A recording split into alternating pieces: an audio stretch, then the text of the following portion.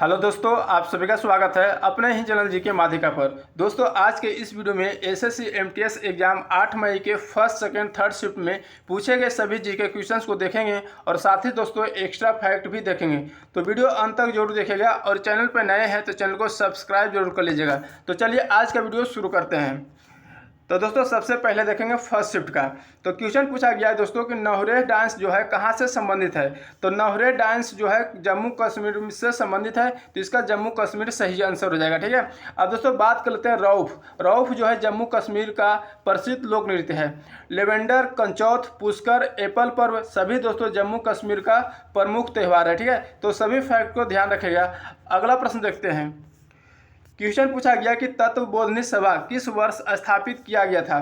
तो दोस्तों तत्वबोधिनी सभा जो है किस वर्ष स्थापित किया गया था, तो 1839 में स्थापित किया गया था। अब दोस्तों किसके द्वारा स्थापित किया गया था, तो देवेंद्रनाथ ठाकुर के द्वारा स्थापित किया गया था। ठीक है, अब दोस्तों बात कर लेते हैं एशियाटिक सोसाइटी की स्थापना कब किया गया था। तो 1784 में किया गया था और विलियम जोन्स के द्वारा स्थापित किया गया था। आर्य समाज की स्थापना 1875 ईस्वी में स्वामी दयानंद सरस्वती के द्वारा स्थापित किया गया था। ठीक है, तो सभी फैक्ट को ध्यान रखिएगा। अगला प्रश्न देखते हैं। क्वेश्चन पूछा गया कि केंद्रक और कोशिका झिल्ली के मध्य कौन सा पदार्थ होता है। तो दोस्तों केंद्रक और कोशिका झिल्ली के मध्य जो है कौन सा पदार्थ होता है, तो कोशिका द्रव्य होता है। तो इसका सही उत्तर कोशिका द्रव्य हो जाएगा। ठीक है, अगला प्रश्न देखते हैं। क्वेश्चन पूछा गया कि जनगणना कितने वर्षों के बाद होता है। तो दोस्तों जनगणना जो है कितने वर्षों के बाद होता है, तो 10 वर्षों के बाद होता है। ठीक है, अब दोस्तों बात कर लेते हैं कि भारत में प्रथम जनगणना जो है 1872 ईस्वी में किसके समय हुआ था, तो लॉर्ड मियो के समय हुआ था। भारत में सर्वप्रथम नियमित जनगणना 1881 ईस्वी में लॉर्ड रिपन के समय हुआ था। ठीक है, तो सभी फैक्ट को ध्यान रखिएगा। अगला प्रश्न देखते हैं। क्वेश्चन पूछा गया कि रोजर फेडरर का संबंध किस खेल से है। तो दोस्तों रोजर फेडरर का संबंध जो है टेनिस खेल से है और यह दोस्तों किस देश से संबंध रखते हैं, तो स्विट्जरलैंड से संबंध रखते हैं। ठीक है, अगला प्रश्न देखते हैं। क्वेश्चन पूछा गया कि हेनसांग ने पल्लवों की किस राजधानी का भ्रमण किया था। तो दोस्तों हेनसांग ने पल्लवों की किस राजधानी का भ्रमण किया था, तो कांचीपुरम राजधानी का भ्रमण किया था। ठीक है, अब दोस्तों बात कर लेते हैं। हेनसांग जो है हर्षवर्धन के शासनकाल में भारत आया था, तो ध्यान रखिएगा। अगला प्रश्न देखते हैं। क्वेश्चन पूछा गया कि उस्ताद अलाउद्दीन खां किस वाद्य यंत्र से संबंधित है। तो दोस्तों उस्ताद अलाउद्दीन खां जो है किस वाद्य यंत्र से संबंधित है, तो सरोद वाद्य यंत्र से संबंधित है। ठीक है, अब दोस्तों बात कर लेते हैं कि अहमद अली खां, अली अकबर खां, अलाउद्दीन खां जो है सरोद वादक है। पंडित रविशंकर, निखिल बनर्जी, विलायत खां सितार वादक है। पन्ना लाल घोष, हरि प्रसाद चौरसिया बांसुरी वादक है। ठीक है, तो सभी फैक्ट को ध्यान रखिएगा। अगला प्रश्न देखते हैं। क्वेश्चन पूछा गया कि 8वीं अनुसूची में कितने भाषाओं का उल्लेख किया गया है। तो दोस्तों 8वीं अनुसूची में 22 भाषाओं का उल्लेख किया गया है, तो 22 भाषाएं इसका आंसर हो जाएगा। ठीक है, अब दोस्तों बात कर लेते हैं कि किस किस भाषा को 8वीं अनुसूची में उल्लेख नहीं किया गया है। तो राजस्थानी और अंग्रेजी भाषा को 8वीं अनुसूची में उल्लेख नहीं किया गया है, तो ध्यान रखिएगा। अगला प्रश्न देखते हैं। क्वेश्चन पूछा गया कि अंडमान और निकोबार के मध्य कितने डिग्री चैनल स्थित है। तो दोस्तों अंडमान और निकोबार के मध्य जो है कितने डिग्री चैनल स्थित है, तो 10 डिग्री चैनल स्थित है। ठीक है, अब दोस्तों बात कर लेते हैं। मालदीव और मोनिकॉय जो के मध्य जो है 8 डिग्री चैनल स्थित है।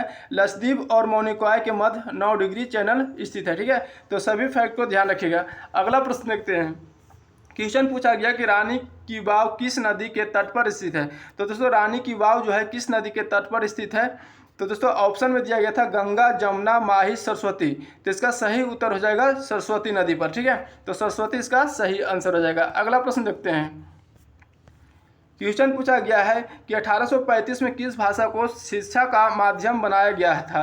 तो दोस्तों 1835 में किस भाषा को जो है शिक्षा का माध्यम बनाया गया था, तो दोस्तों लॉर्ड विलियम बेंटिक के समय मैकाले की अनुशंसा पर अंग्रेजी को शिक्षा का माध्यम बनाया गया था, तो इसका सही उत्तर हो जाएगा अंग्रेजी। ठीक है, अब दोस्तों ध्यान रखिएगा कि किसके शासनकाल में, तो लॉर्ड विलियम बेंटिक के समय में मैकाले की अनुशंसा में किया गया था। ठीक है, आगे देखते हैं।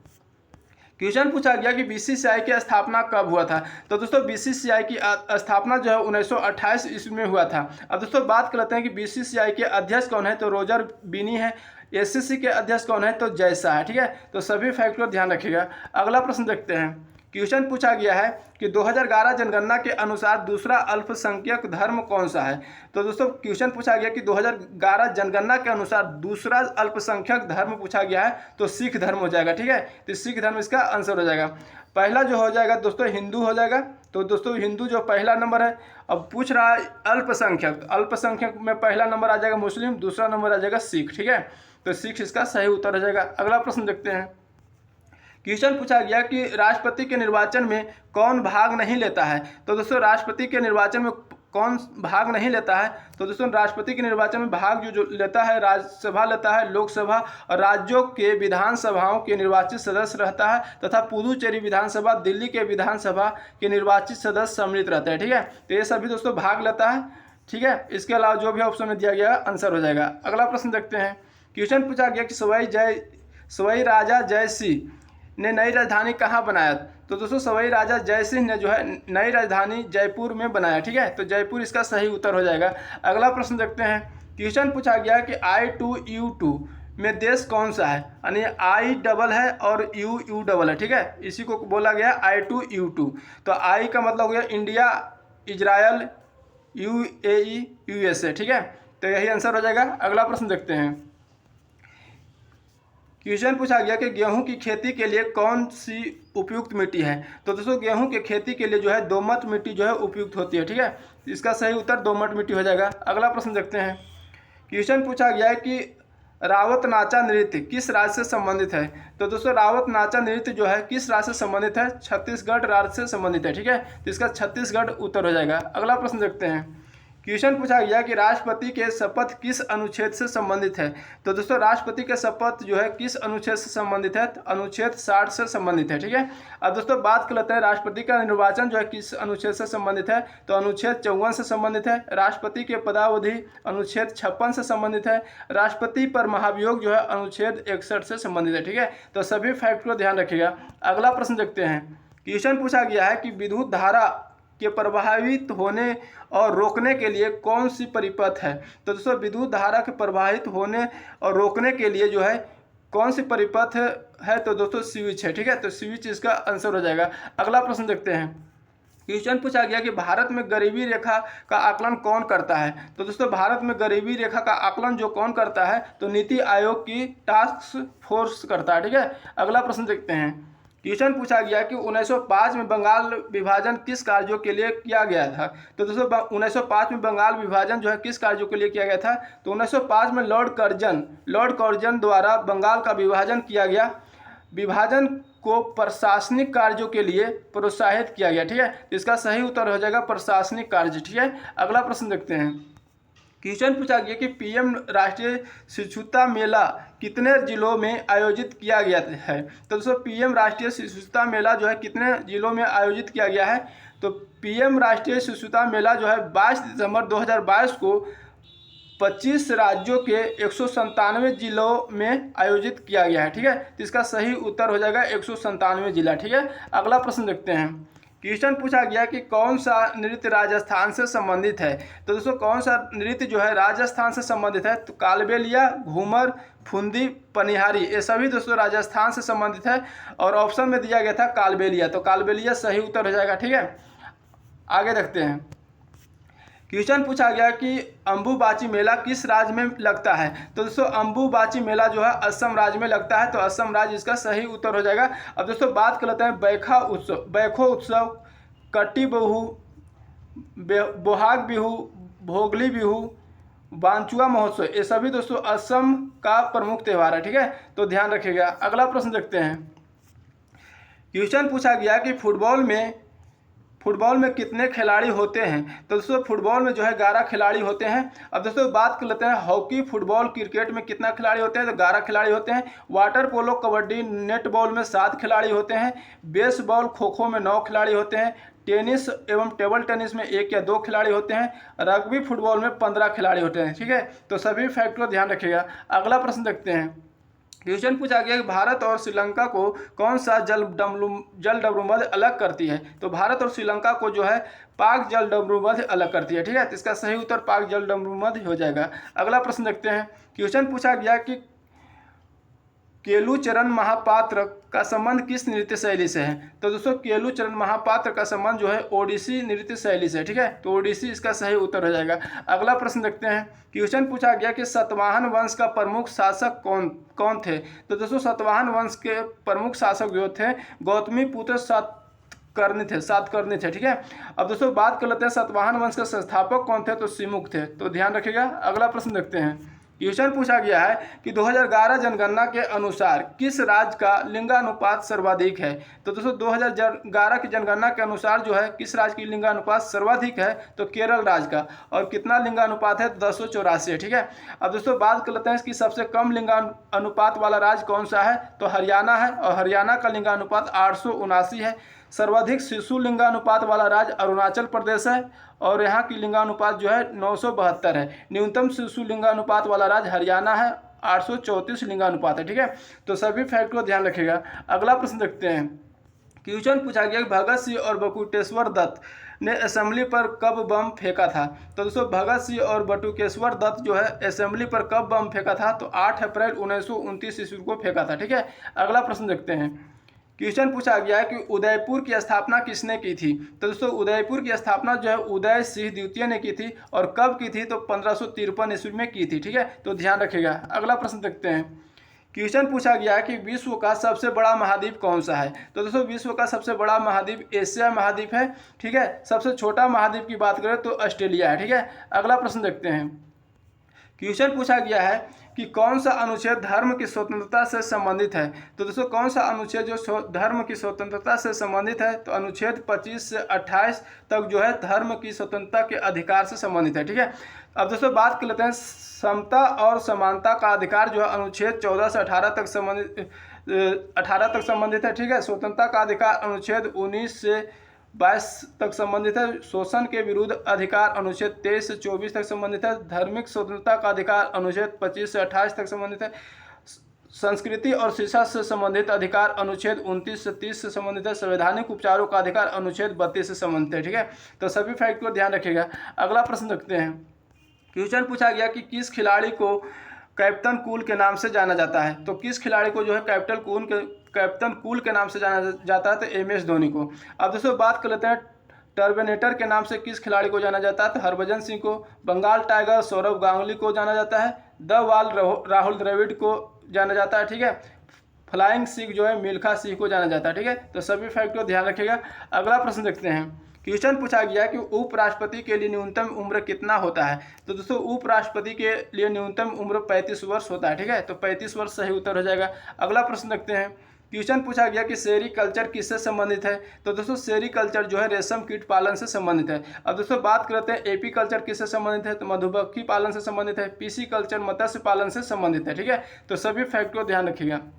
अगला प्रश्न देखते हैं। क्वेश्चन पूछा गया कि फ्रीडम ऑफ एक्साइल किसकी आत्मकथा है? तो दोस्तों फ्रीडम ऑफ एक्साइल जो है दलाई लामा की आत्मकथा है, ठीक है। अगला प्रश्न देखते हैं। क्वेश्चन पूछा गया कि संविधान की शक्तियाँ किसके पास है? तो दोस्तों संविधान की शक्तियाँ जो है संसद के पास है। यदि आपको ऑप्शन में संसद नहीं दिया गया होगा तो राष्ट्रपति हो जाएगा, ठीक है। अगला प्रश्न देखते हैं।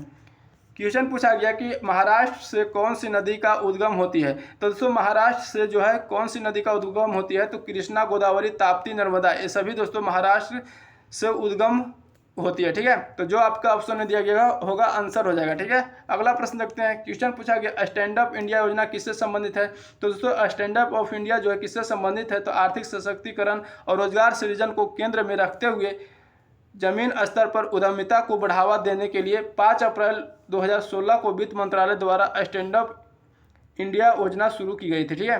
तो यह आंसर हो जाएगा आर्थिक सशक्तिकरण रोजगार सृजन के केंद्र में रखते हुए जमीन स्तर पर उद्यमिता को बढ़ावा देने से संबंधित है, ठीक है।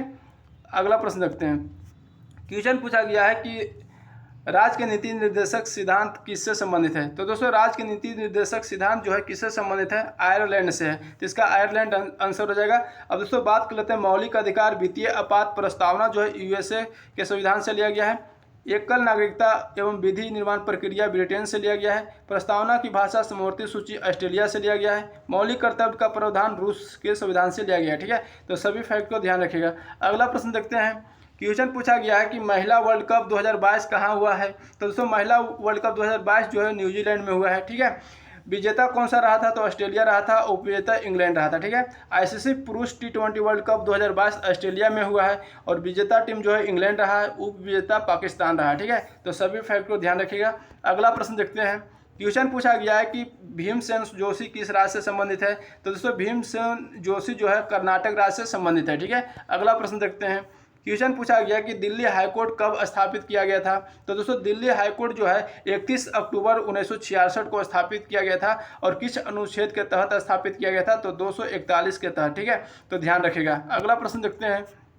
क्वेश्चन पूछा गया है कि 2011 जनगणना के अनुसार किस राज्य का साक्षरता दर सबसे अधिक है? तो दोस्तों 2011 जनगणना के अनुसार जो है केरल राज्य का साक्षरता दर सबसे अधिक है। ठीक है, और कितना प्रतिशत है? तो 94% यहाँ की साक्षरता दर है। सबसे कम साक्षरता दर वाला राज्य बिहार है। बिहार का साक्षरता दर 61.8% है। ठीक है, अगला प्रश्न देखते हैं। क्वेश्चन पूछा गया कि ब्लैक बक नेशनल पार्क किस राज्य में स्थित है? तो दोस्तों ब्लैक बक नेशनल पार्क जो है गुजरात राज्य में स्थित है। ठीक है, अगला प्रश्न देखते हैं। क्वेश्चन पूछा गया है कि कथक में दूसरे सर्वोच्च सम्मान यानी पद्म विभूषण किसे दिया गया है? तो दोस्तों पंडित बिरजू महाराज को वर्ष 1986 में पद्म विभूषण से सम्मानित किया गया था। तो पंडित बिरजू महाराज इसका आंसर हो जाएगा। ठीक है, अगला प्रश्न देखते हैं। क्वेश्चन पूछा गया कि भारत में प्रथम 5G नेटवर्क कहाँ लॉन्च किया गया है? तो दोस्तों भारत में प्रथम 5G नेटवर्क जो है दिल्ली में लॉन्च किया गया है। ठीक है, अगला प्रश्न देखते हैं। क्वेश्चन पूछा गया कि महात्मा गांधी हरिजन सेवा संघ की स्थापना कब की थी?